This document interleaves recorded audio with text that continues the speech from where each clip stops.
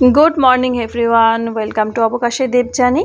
आमी देवजानी और तोमरा सबाई निश्चय खूब खूब खूब भालो आछो और आमिओ भालो आछि। तो सकालबेला उठे एखन बानिये निচ্ছি चा, प्रतिदिनेर नित्य काज। तोमरा तो जानो की करी आमी परपर।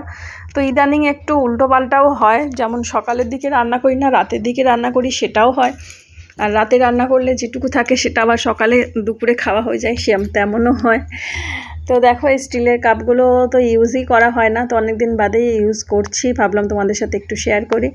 तो एखन चा बानिये निচ্ছি और रान्ना किछुटा करा आछे, फुलकपि तरकारी और होच्छे करला सेদ্ধ करब और भात। एटा होच्छे आमार हाजबेंडेर खावा। तो और आमार होच्छे फुलकपि खेले तो माइग्रेनेर अटैक हय, तो ओई जोन्नो प्रब्लेम। तो ওই জন্য ভাবলাম ঘরে একটা তরমুজ আছে, তরমুজটা তো কাটাই হচ্ছে না, খাওয়াই হচ্ছে না। তো এর মধ্যে একদিন হাজব্যান্ডকে বললাম যে তরমুজ কাটি খাবে, বললো যে না। তো ও যেই না বললো তখন আর কাটলাম না। আর ফল কেটে ফ্রিজে রাখা না আমার ঠিক ভালো লাগে না, টাটকা টাটকা কেটে খেলাম একরকম। আর তরমুজটা গোটাটাই ফ্রিজেই রাখা ছিল, তো বার করেছিলাম ঠান্ডা ঠান্ডা করে খাওয়ার জন্য। তো সে তো খেলো না, তাই জন্য আমি আবার ভাবলাম থাক অন্য দিন কাটবো, তখন খাওয়া হয়ে যাবে। তাই জন্য আজকে সকালে ভাবলাম যে ওই তরমুজটাকেই কাটবো, কয়েকবার করে খাওয়া হয়ে যাবে আর মানে গরমের পক্ষেও ভালো, আর ওটাই আমার লাঞ্চ হয়ে যাবে। তো দেখো তরমুজটাকে এখানে কেটে রেখেছিলাম, আরও অনেকটা খাওয়া হয়ে গেছে। তো আর এখন এই স্কিনগুলোকে তুলে নিচ্ছি, এগুলোকে বাইরে ফেলে দিয়ে আসবো। তো আমার হাজব্যান্ড কিছুটা খেয়েছে, কারণ ও রোদের মধ্যে কাজকর্ম করছে। তো যখন বললাম যে খাবে, তো বললো যে ঠিক আছে খাওয়া যাবে।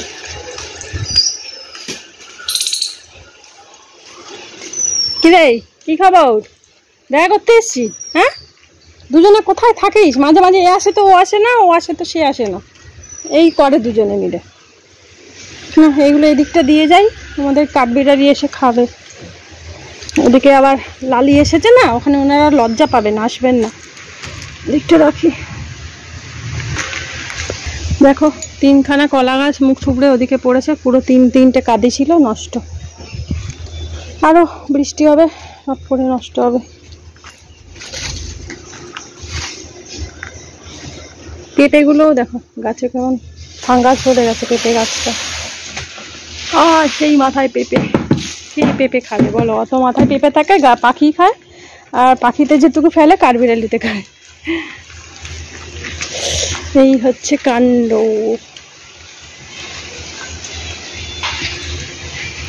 দেখো আমড়া গাছটা কেটে দেওয়া হয়েছে, আবার বেড়ে গেছে, আবার কাটতে হবে আমড়া গাছটাকে।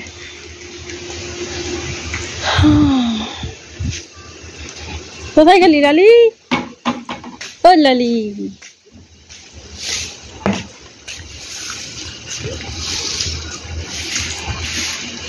এখানে ভাত উপর দেওয়া হয়েছে, আর রান্না বান্না আছে কিছু করিনি, শুধু ভাত করেছি, করলা সেদ্ধ আর হচ্ছে ফুলকপির রসা।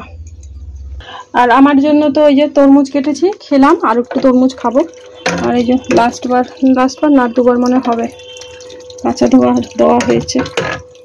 আমার দুপুরের খাওয়া দাওয়া হচ্ছে তরমুজ, কারণ ফুলকপি খেলে মাথা ব্যথা করবে। আমার অনেকটা বাকি আছে, কাঁচা দেওয়া হোক। তো এখন সমস্ত এই উঠোনের সমস্ত পাতা ফাতা সব ঝাঁটিয়ে সব পরিষ্কার করে ওখানে সব জড়ো করে আমার হাজব্যান্ড নিয়ে যে দিকটা গেছিলাম ওই কাঠবিড়ালিকে তরমুজ দিতে, ওই দিকটাতে মানে তরমুজের খোসাগুলো ফেললাম, আর এক পিস কাঠবিড়ালির জন্য সিঁড়িটার মতো রেখে আসলাম।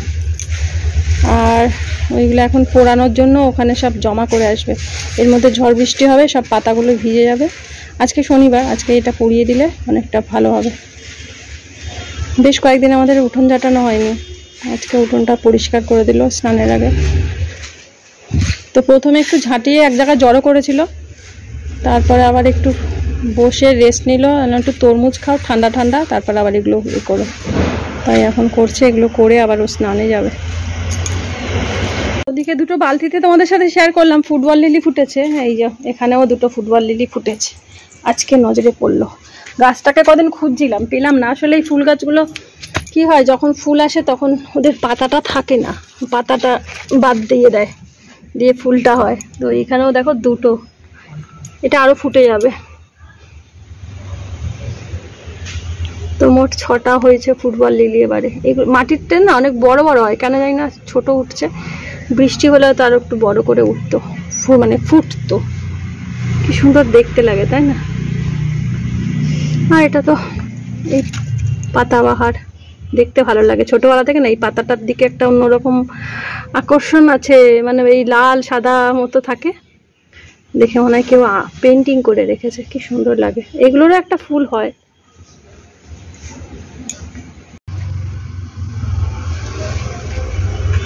পুরো একদম মনে হয় যেন পদ্ম ফুল না, সুন্দর দেখতে লাগে, গন্ধটাও সেরকম, পুরো মনে হয় পদ্ম ফুল। ঠিক আছে,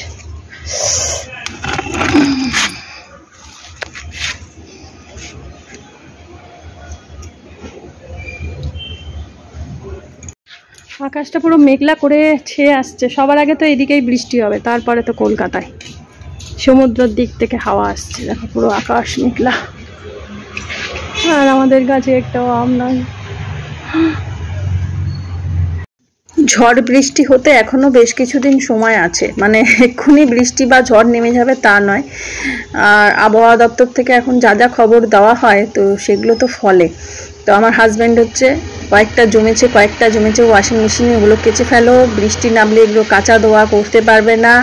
তো সেই কথা ভেবে তো যে কটা জমেছিল ওয়াশিং মেশিনে সেগুলোকে কাচা ধোয়া করে নিলাম। আর বাইরে না একবার করে মেঘলা হচ্ছে, ভালোই মেঘ করছে, আবার রৌদ্র হচ্ছে। আর বেলার দিকে এত সুন্দর আকাশটা হয়েছিল কি বলবো, মানে মনে হচ্ছে যেন শরতের আকাশ, মানে লক্ষ্মী পুজোর সময় যেমন একটা ওয়েদার হয় না সেরকম লাগছিল, মানে শরৎকালের মতো। আকাশটা পুরো নীল সাদা মেঘ, তার মাঝে বেশ মানে শীতের সময় একটা হয় না রৌদ্রটা, যে মানে খুব কড়া রৌদ্র হয় না, মানে সেরকম বেশ ওয়েদারটা বেলার দিকে বেশ ভালো লাগছিল। কিন্তু সকালের দিকে না অনেকটা মেঘলা মেঘলা করছিল, রৌদ্র ছিল, মেঘলা ছিল। তো এইভাবেই আকাশে মানে সাজো সাজো রব হচ্ছে, তৈরি হচ্ছে। বলছে ঘূর্ণিঝড় আসবে, তো ঘূর্ণিঝড়ের দাপটে বলছে বৃষ্টি হবে, কখনো শুনছি ঝড় হবে, আবার শুনছি ঝড় হবে না বৃষ্টি হবে। তো এইভাবেই চলছে। তো দেখা যাক আবহাওয়ার সাথে আমরাও যুঝতে পারি কিনা। একটানা যদি বৃষ্টি আরম্ভ হয় সেটাও আবার ভীষণই মুশকিল, আর ঝড় হলে তো তার একটা টেনশন বা চিন্তা তো থাকেই, বিশেষ করে রাতের দিকে যদি ঝড় হয়। আর আমাদের ঘরের ঠিক পাশেই রয়েছে একটা বিশাল বড় একটা দুদিকে দুটো নারকেল গাছ, সেটার জন্য যেন বেশি ভয় লাগে। দিলাম অল্প কয়েকটাই জিনিস ছিল, ঝড় বৃষ্টি আসছে শুনছি, কটা দিন নিম্নচাপ থাকবে তার ঠিক নেই, তো ওই জন্য কেচেই দিলাম এই কটা। এই বড় ডালটা মাটির মধ্যে পুঁতেছি, দেখা যাক পাচ্ছে কিনা। এটা তো হয়ে গেছে ছোট ডালটা। আর এর মধ্যে থেকে কুমড়ো শাকটা কি সুন্দর বেরিয়েছে। আর সে বললাম চিয়া সিডসের গাছগুলো এরকম বড় বড় হয়ে গেছে, জানি না বাঁচবে কিনা বৃষ্টি হলে। আর এই যে এদিকটা ধোঁয়া দেওয়া হয়েছে না, পোড়ানো হয়েছে, ধোঁয়া বেরোচ্ছে।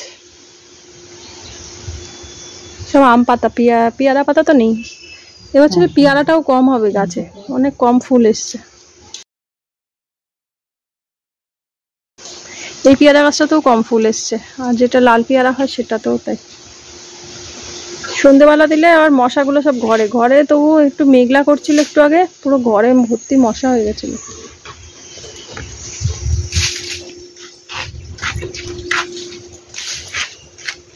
কামিনী ফুলগুলো ফুটছে, একটা বালতির মধ্যে রয়েছে,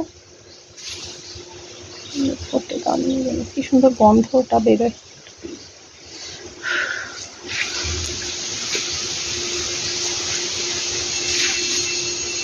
আগে প্রত্যেক বাড়িতে এরকম উনুন জ্বলতো আর এরকম ধোঁয়া হতো, আর শীতকালে সেই ধোঁয়ার যে কি কষ্ট হতো বাবা। তোলা হবে।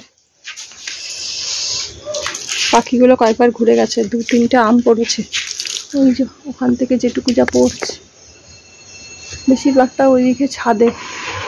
ওগুলো এমন পড়বে এই গলিটার মধ্যে পড়বে, আর 2-একটা হাওয়া টাওয়া দিলে পরে এই দিকটাতে।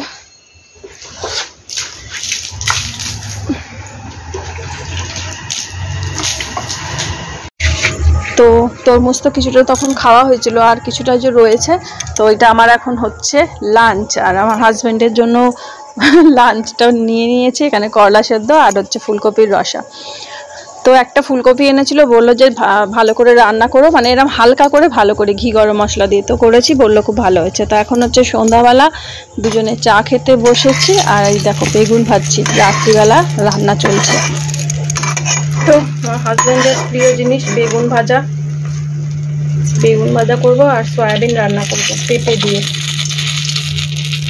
তো এখানে পেঁপে কেটে নিয়েছি, আর এখানে হচ্ছে সয়াবিনটা পেঁপে দিয়ে করবো, আলু দেবো না, পেঁপে আর সয়াবিন টমেটো দিয়ে। তো একটু সাদা জিরে ফোড়ন দিই।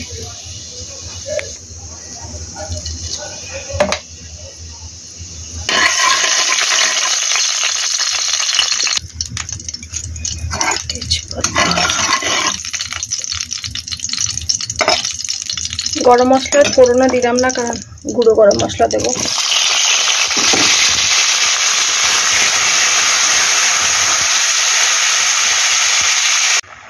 সয়াবিন রান্না কমপ্লিট, ঘি দিলাম আর দেবো গরম মশলা।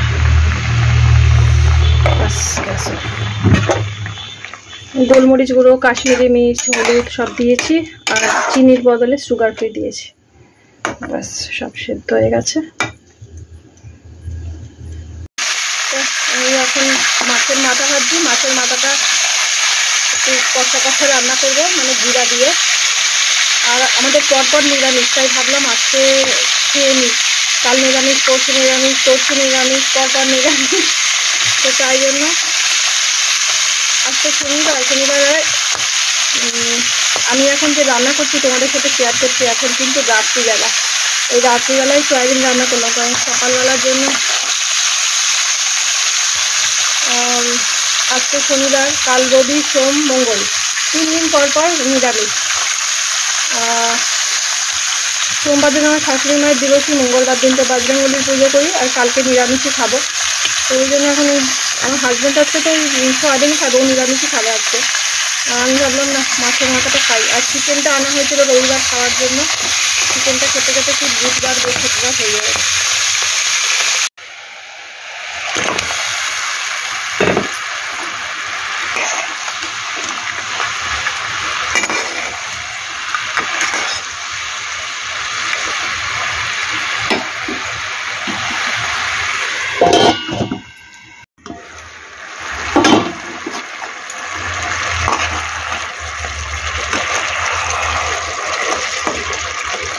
মাছের আরও মাথার অনেকগুলো পিস আছে, 2 পিসই নিলাম, কত আর খাবো।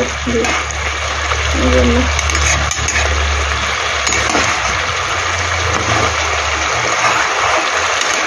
মাছের মাথা খেলে এমনিতেই পেট ভরে যায়, হাড় গোড় চিবাতে চিবাতে।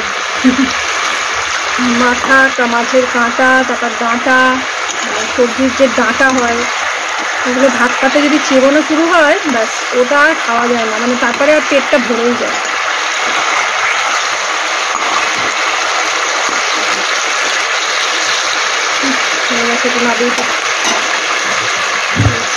কমপ্লিট।